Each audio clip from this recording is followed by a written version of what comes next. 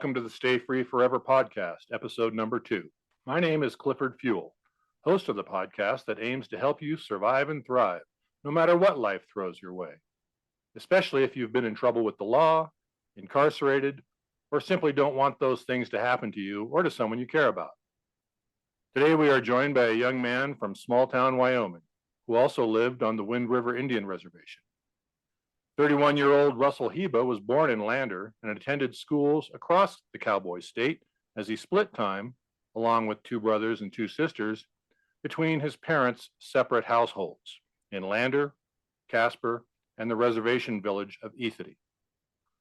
I first met Russell in 2020 when he called to say his tribal probation officer had assigned him to the Stay Free Forever Personal Responsibility course. A year later, the district judge in Riverton referred Russell to my domestic violence course. Today, we'll dive a little deeper into those situations and learn how Russell came to be the man he is today.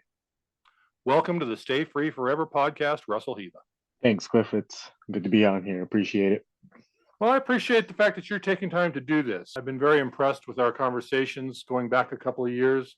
Even though you were assigned 2 courses a year apart, each time you seem to take a lot of accountability, which is one thing that made you stand out. And I detected in your voice as you were talking to me both times a real desire to change. I appreciate your willingness to share your story because I think others can benefit from it. But before we get to all that, let me ask you, since you've lived part of your life on the reservation, which tribe do you call yours? I am part of the Eastern Shoshone tribe. I'm an enrolled Eastern Shoshone tribe member. I don't know their ways too much. My father, he's part of the Northern Arapaho tribe, and I've grown up that way. I know the Arapaho way more than I do the Shoshone way. Since you've lived in Wyoming all your life, what do you like best about Wyoming? I would say the mountain range, the Wind River mountain range, probably my favorite part. The lakes up on the Wind Rivers, up on the tops, anywhere in them timbers. There, I like to go cut wood during the summer times, and I like to do a lot of labor stuff. So, and something that's helping me benefit or helping somebody else benefit. I know you've got a family. Do you take them up? Yeah, every now and then the wife and the kids will come up. We'll go up and go fishing at Moccasin. Been a couple of years since we've had time to go on a camping trip. I've been dealing with some things the past couple of years, getting life back on track. We're hoping to get back into it soon. You've been doing farm and ranch work your whole life, but recently you came into a bunch of farm and ranch equipment. And how did that change your life? Yeah, my grandfather, he was a horseman. He owned horses all his life, and he had passed away here a couple of years ago. I've always been pretty close to him, and he taught me a lot around the ranch and around the horses and around the equipment, everything that he owned. I didn't necessarily come into it myself, but I'm the only one out of the family that really knows what's going on and what the horses need, and how things worked, and how my grandpa ran things. So I've been doing my best to keep it steady the way he had it before he left. It's been a journey. It definitely has been a journey. Since you're really experienced with horses, and you said that breaking horses is something that you like to do, what's involved in getting an untamed horse to be a tame horse? Patience, a lot of patience, a lot of groundwork. I can't emphasize enough how patience is a big virtue in calming a horse. I mean, there's different ways. I learned from my father. He is probably one of the best horse trainers I've ever witnessed in my time. And my grandfather, he had a way with horses. It seemed like he could speak to a horse without even putting any energy into it, and the horses knew. So I took a lot from that. And now when I work with a horse, I feel that energy where it works, the patience, self-obedience. It's all in a person. Self-obedience? What do you mean by that? Restraint. It takes a lot to become a patient person. I used to never be very patient. I would get frustrated with a horse if it wasn't doing what I wanted it to do. Over the years, with all the things that I put myself through, dealing with alcohol and drugs as well, my addiction and the hard times, patience became one of my strong suits. It's not subtle. You're not just going to wake up one morning and, I got patience. I got all the patience in the world. Tell me about your dad and how that relationship has gone over the span of your life. My father and I, I've always been somewhat close to him when he could be around. When I say could be around, he did suffer from alcoholism and addiction problems as well. Spent a lot of my childhood drinking or incarcerated from what I remember. My dad and I have always had a pretty close bond. We've always been close, I've always been intrigued with his way of horses and the way he carried himself when he was sober. So that was a lot of motivation for me to be a better father, or not try. I'm not in competition with my father, but I'd like to give my kids a better life than I was given. Like I said, he's a pretty good horseman, but he did suffer from a lot of alcoholism and his own issues. And he's around. Him and our relationship isn't the closest anymore like it used to be. We've had our turmoil over the years, and we don't see eye to eye anymore ever since I sobered up and I got my life back on track. I just don't agree with the way he carries himself and the things he was still doing. So I don't know, it just came a point where I just had to, I don't know, it didn't so much give up, but just distance myself from it so it didn't tear me apart. I understand that, and I think a lot of people will, and I appreciate your saying so because it's one of the most difficult things to do in gaining sobriety and control of one's life is having to say goodbye to relationships that aren't healthy. So I commend you for doing so. Tell me about your mom. My mother, she was an amazing person. She passed away when I was 17 in 2009. She was a good mother. She took care of me and my sister as much as she could as well. But she too suffered from alcoholism and drug problems. I spent a lot of my younger childhood days watching my mom drink and party. I've seen some pretty scary situations she's been in, from being in the hospital and just from drinking and drugging too much, binging. So a lot of my childhood, just it consisted of my mother and my father drinking. So I seen a lot, had to put up with a lot, and I had to experience it later on. But my mother was a good person. Her and I were very close. I was attached to her pretty good. It was a big loss for me when she did pass away.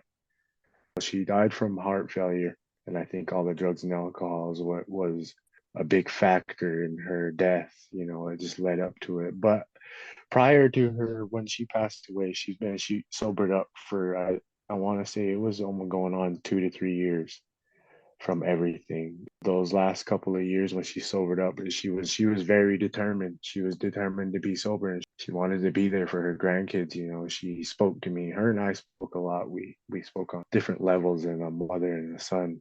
But she really wanted to be part of her grandkids' lives, and she got to meet one of my sisters, her oldest, when he was a baby. I don't know, he probably won't remember her, but she got to experience that. And I do remember before, when she got onto that red road, she really wanted to use her story. She really wanted to use her struggles and the things that she did to help other people. She wanted to be a drug and alcohol counselor at one point in time, but that time never came for her.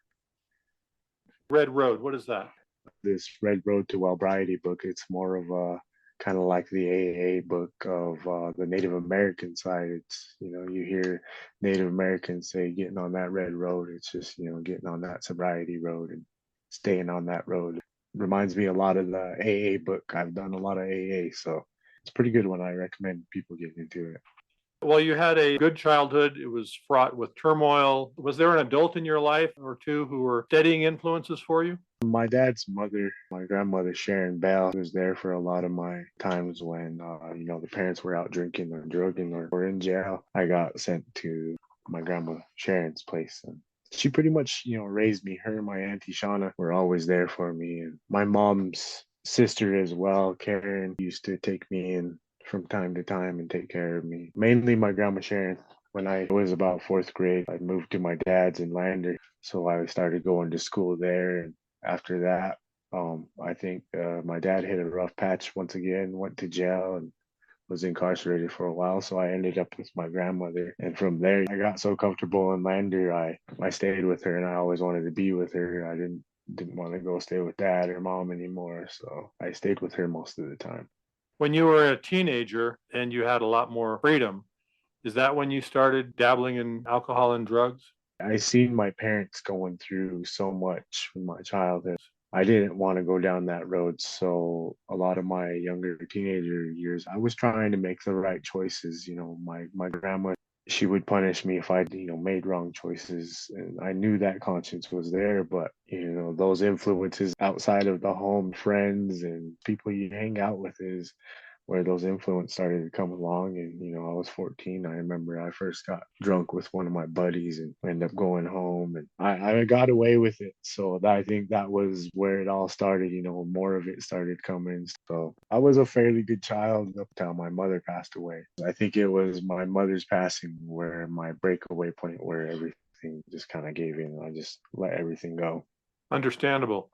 When was your first brush with the law? I was driving to town and I got pulled over going into Lander. And apparently I had a warrant for an old fine that I hadn't paid. The officer arrested me, took me into custody. And when I got to the jail, I had forgot that I had a bag of weed in my pocket. And this possession charge made everything that much worse. I think that's where it was all started.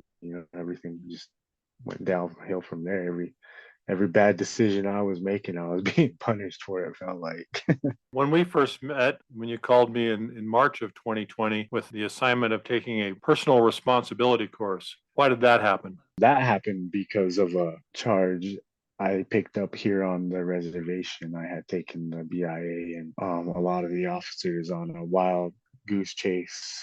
I ended up getting 25 charges from that one. I was very intoxicated. That all stemmed off of a day of ice fishing. There was a wagon full of alcohol. And, one thing led to another. I was sitting in a drunk tank, had a stack of charges. I was terrified. I thought maybe I was going to go to prison. It all led into where I'm at today.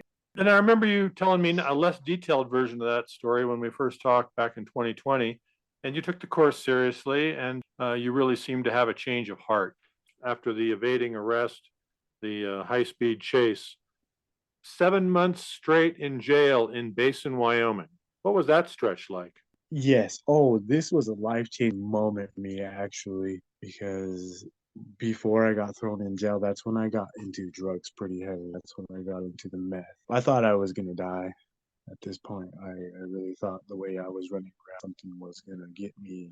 I was gonna either go to prison or end up dead. So that 7 months of jail time really was my life-saving moment. How so? I was just spiritual. I know my native ways and the way we do things. I was never taught the Bible, or I'm not baptized, but I met a group of fellers up there. These guys are all, going to prison for multiple charges. You're doing 15, 20, 25 years. And Basin is a federal holding facility. So they're just waiting court dates right to go to prison. They did a Bible study, and one day on October 18th, it's actually my birthday, one of the guys came up to me and he asked me what my beliefs were. Pretty much told him what I just told you. I'm spiritual. I know my Native American ways. I pray. I believe in a creator. He asked me if I believed in Jesus Christ. And, I never, before I went to jail, I was on this drug escapade. I was really heavily into meth. And I remember making jokes with some friends that, Jesus wasn't, I was really putting Jesus down in a way. Like I didn't believe him. And I remember that. And at that point, everything I was doing, I had nothing but time on me. So I decided to take that Bible and take what they wanted to show me. They basically made me a believer that day. That changed my life. There was a pastor that came to the jail every week, and just his sermons and the way he spoke about God just made me believe myself so much that I changed my life for better. That beliefs that Jesus Christ, the Christian way, brought me to where I am today. But then a year later, I was referred by the judge in Riverton to give you a domestic violence course. Walk us through that, please. I was sober for a year and a half. Me and my wife were doing very well after I got out of jail that time. But we started drinking again. I thought that I could be a responsible drinker. I wasn't abusive. I wasn't a mean drunk. I don't know what happened. We went to a softball game one night and I had consumed quite a bit of alcohol. And when we left, we went to the bar. I remember sitting at the bar and I had shots lined up, and that's all I remember after that. After that, we went home. I don't remember the ride home. I remember getting home and I don't remember what flipped my switch, but I had put my hands on my wife and things just turned out of control from there. She had called the cops on me. I went to jail that night and I was charged with domestic violence, and I never wanted to be in that situation and to be without my family again and to have nothing, and to have put my wife through the pain and whatever ever else happened through that. It just wasn't comfortable. I didn't like it one bit. What did it take for your wife to see that your change was more serious than a, oh my God, I really screwed up. I have to get her back so I have someone to lean on? Well, it took a lot of actions. It took a lot of actually doing what I said I was going to do. It took a lot for convincing of my wife to actually, get me bonded out and um, take me back after that. It was a rough situation I had put my wife and my kids through.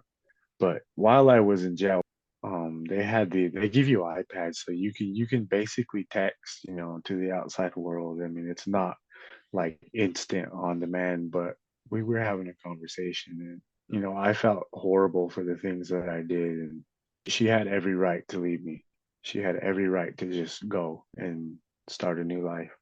And I knew that, I was fearful that I was about to lose my family.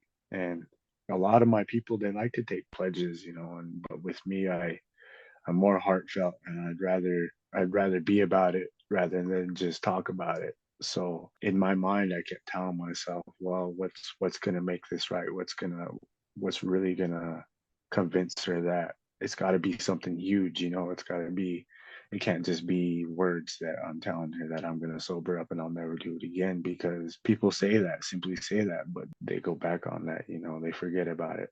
So for me, I had to pick something that was gonna stick with me every day, and that it was so big that it had to be realistic, So the pledge was out of question. I don't believe in the pledges, I'd rather make, with myself and creator and whatever else, and just be about it, So I told her I would stay sober until at least my daughter is 18 years old, until she's out of high school, my youngest daughter. So that way, any of my kids, they'll never ever have to experience me not being at school for them, not being at their games, not waking up with them in the morning, I had to make it that extreme to where she believed me as well when I told her. And I've been going on almost 2 years sober now. Ever since then, I've been sober, and life has been great. Her and I's relationship has been the most growing and loving. We have learned to overcome our obstacles and our arguments. It's just been amazing. I told her there's a part in the Bible where Lazarus dies and Jesus brings him back to life. The family was upset. They were sad that Lazarus died, and they wanted Jesus to bring him back to life. I told her everything that happened that night. I got that domestic violence may have had to happen because some things have to die to be brought back to life. And that story just stuck with me. So it just made a lot of sense, and things have just, like I said, have been amazing. If a nephew or niece or one of your kids came to you and said, I'm afraid I'm going down this path, all my friends want to party, and I know you have experience, what advice would you give them? Oh, that's a tough one. I mean, I could sit there for hours and try to convince them not to. But my biggest thing there is, it's hard to make choices around here. I mean, I see my nephews, I see nieces, I see my family, younger ones going through this, and I wish they would come to me. My biggest thing would be, all I can say is make the right choice. We all know right and wrong, but actually being about doing right is the biggest thing. It's like just putting that in your head and knowing that that drink or going out with your friends is the wrong thing to do. So just don't do it. There's rewards from doing things like that. It takes time. to this day still experience people who try to shame you into going back to your old ways. True? Yeah, yeah, it is very, very true. I do have family. One of my sisters tries to do it to me very often. Not so much. She don't do it anymore. She's starting to be more on the supportive side now that she's seeing everything that I have overcome and I have accomplished in the past couple of years. But they do, they look down on you seeing that you're sober, and it's like it's frowned upon sometimes. It seems like around here, like they'd rather you be in the mix and partying and drinking with them rather than seeing somebody do well for themselves, making that choice every day not to follow the crowd. You think you're better than us, huh, Russell? Oh, yeah, that's exactly how it is. So, and it's at this point I really don't even care if they come at me like that. If me being sober makes me better than them, then yes, I'm very much better than you. That's fantastic.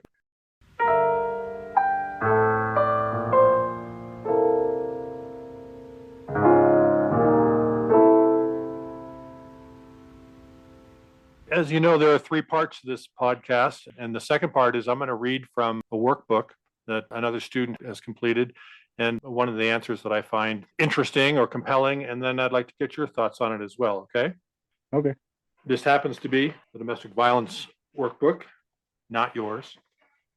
Mine was online. It was. In the back, there's a student evaluation and a coach evaluation. And the coach had this to say about the course. I think it was thorough, engaging, and empowering. And then the student said, it had its ups and downs, but was informative and helpful. I feel it's really important to understand the generational abuse trauma and work to stop the cycle. What do you think about those two statements? Very strong statements. The students' overlook of it was very empowering. The awareness that that book gave me and my wife was pretty amazing to know because, like I said, I'm not an abusive person. And just to know that part of it could have gotten worse. So being able to make myself aware and my wife also being aware of what's going on because it could be it's a two-way street, it's not just the woman, sometimes it's the man, and it's not just the man, sometimes it could be the woman. And the cycle of abuse also includes the cycle of substance abuse, which, to your credit, I know you've stopped for long periods before, but this time it seems to me you just may well have broken that chain that goes back to your parents and to their parents and to their parents before them. Yes? Yes, that's my biggest thing I'm trying to do, Cliff, is I'm trying to break that chain. I'm trying to change something here. My kids don't need to see this, and neither does my nephews or my nieces or any other younger ones.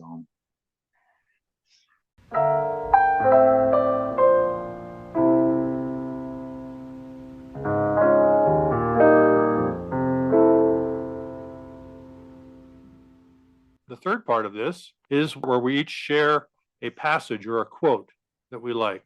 Have you got something ready? And who would you like to go first? Yeah, I do. I can read mine. This is a devotional book. It's called Jesus Listens by Sarah Young. I read from this just about every day, so just to keep me going. And yesterday's kind of fell in line with everything we're doing here, so I'd like to read this here. It's called Lord of Peace. When something in my life or thoughts makes me anxious, I need to come to you and talk with you about it. So I come boldly into your presence today, bringing you my prayer and petition my thanksgiving.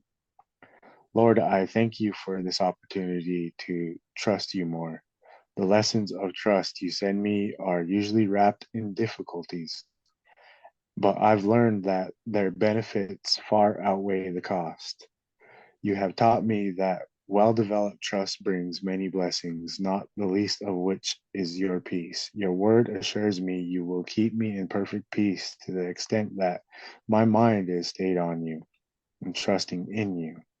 The world has it all wrong, proclaiming that peace is the result of having enough money, possessions, insurance, and security systems. Thankfully, your peace is such an encompassing gift that is independent of circumstances. I'm learning that no matter how much I may lose, I am rich indeed if I gain your perfect peace. Please help me trust you enough to receive this glorious gift. It's very well read, well said. And that theme of trust keeps coming back, doesn't it? Yeah, and this whole opportunity, the podcast, I've always wanted to tell my story. I've always wanted, to help the next addict or an alcoholic, somebody maybe just needs to hear the hope that there is out there. I've turned my life around, so I trust in every day and whatever it is that the difficulties that come every day, there's rewards to it, whatever cost. There's very it's beneficial somewhere down the road. I just have that faith, and that right now I've never been at peace, so much peace in my life that everything's just working out. I really believe that comes from trusting in God and Creator and everything I've been doing, putting in the hard work, just staying humble and staying sober and doing what's right the next day. And may it ever be thus. What I'd like to share with you, Russell, is a quote that has recently been attributed to a man named Ray Kroc, who was the one who bought the McDonald's brothers out and started taking McDonald's, the restaurants, worldwide. Became a very wealthy, very famous, very outspoken man. They even made a movie about him starring Michael Keaton called The Founder. In looking up this quote, I found that actually it was originally said by President Calvin Coolidge. He is spot on with this quote. Tell me if you agree. Nothing in the world can take the place of persistence. Talent will not. Nothing is more common than unsuccessful people with talent. Genius will not. Unrewarded genius is almost a proverb. Education will not. The world is full of educated derelicts. Persistence and determination alone are omnipotent. All powerful, very strong. I like it. It's just, getting up every day, and even if it's doing the same thing every day, knowing that, there's rewards going to come from it. Consistency is my main thing right now, is staying on top of everything. If I let off, I give the devil an inch, he's going to get a mile on me. So I stay consistent and persistent every day. I get that that's true. And I look forward to talking to you in another 18 years and seeing how your life and your family have flourished. Thank you, Russell, for being on the podcast. Thank you, Cliff.